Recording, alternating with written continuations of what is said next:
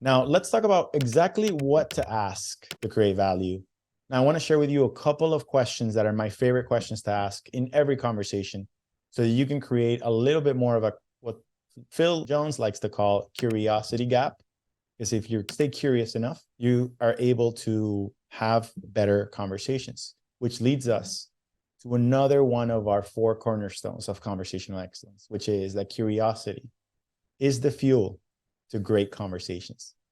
So we're going to give you a set of curious questions that you can ask. These are my favorite four questions that I would ask almost every conversation so that you can create value by asking the question itself through curiosity. The first one I love is a very open-ended is what are you looking to accomplish? What does that do? It's the specific goal and it's about them, not about you. Imagine if you started the conversation with say, well, let me tell you about myself and how great I am. And let me tell you about this product and how great it is. Typically, you lose the person in the conversation if you do that. You make it about them, then the customer is going to talk about themselves. And in them doing that, you're able to gather context. And if you gain context, then you're able to be more relatable. You understand their situation. You put yourself in their shoes. It helps you know how to stay curious and ask better, specific questions towards the goal they're trying to accomplish. It gives you a North Star, a compass of where to guide the conversation. And that way, all your questions are intended on building upon that goal, that specific objective that they have. One of my favorite Dr. Seuss rhymes that I created: if you want to avoid objections, ask more questions. It helps with the client's motivation. It hits on their intent, gets the other party to open up more. Typically, when people get to share about themselves, they feel like they can trust you more because they feel like you know them more, right? Customers just love to talk about not only their goals, but themselves. So that's one of my favorite questions to always ask. If you could, in the right time of the conversation, hey, as we get started, you don't mind, if you don't mind me asking, what are you looking to accomplish? Easy way to ask that question. Another question that I love, and this is one of the exactly what to say magic words, is how important is it to you?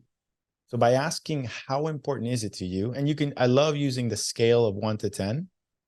Hey, how important is it to you that you find the right home for your family on a scale from 1 to 10, 1 being, well, not much at the moment, we're just kind of getting started, or 10 being our family is outgrown our current property and we need something bigger, or we're starting to have kids and so we want to get into a neighborhood with better schools, right? So now you get the person to open up a little bit more. It's a wonderful, curious question to have touch that button for the client to share with you their level of pain or their level of urgency in wanting to solve the problem. And one of my favorite ones that we often don't ask enough, maybe because it could be scary to ask, but you know what? I've noticed that I've practiced leveraging this question and people absolutely love it. And they reveal things that I never would have imagined had I not asked it, which is, what would you consider a deal breaker? What that does, it gives you context about previous experience that they've had with someone else that they absolutely did not like whatsoever. So it gives you guardrails around how to operate to have a successful relationship with your customer.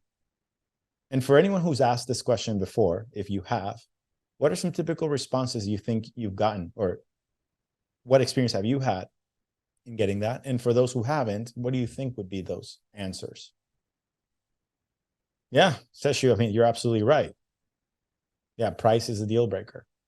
And there are some steps for you to address that response.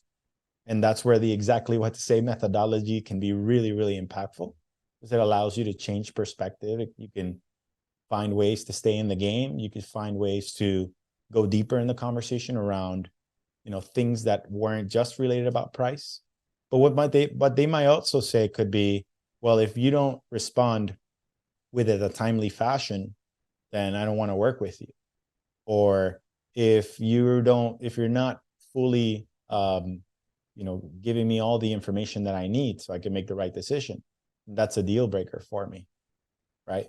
If you give me unrealistic expectations, that's a deal breaker, right? So your customer might give you a whole bunch of different reasons, because people do things for their reasons, not yours.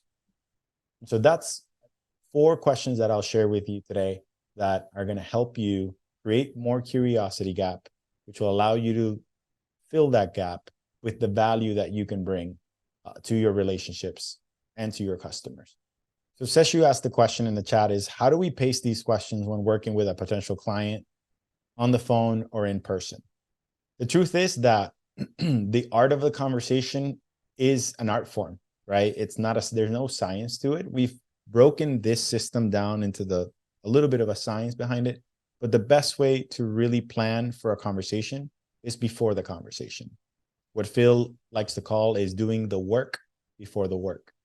For those of you who haven't considered doing this, one pro tip that I would give you, something that I do every single time, before any client meeting, either 30 minutes before that meeting, if it's virtual, or the morning of, or the day before, I always spend anywhere between 15 to 20 minutes preparing for the appointment.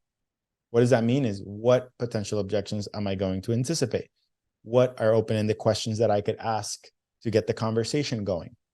And I like to build just a small guide so that I can stay curious enough and make sure that I touch on the biggest key points that not only serve the conversation, serves the customer, but also prepares me for those situations that I may not be ready for, right?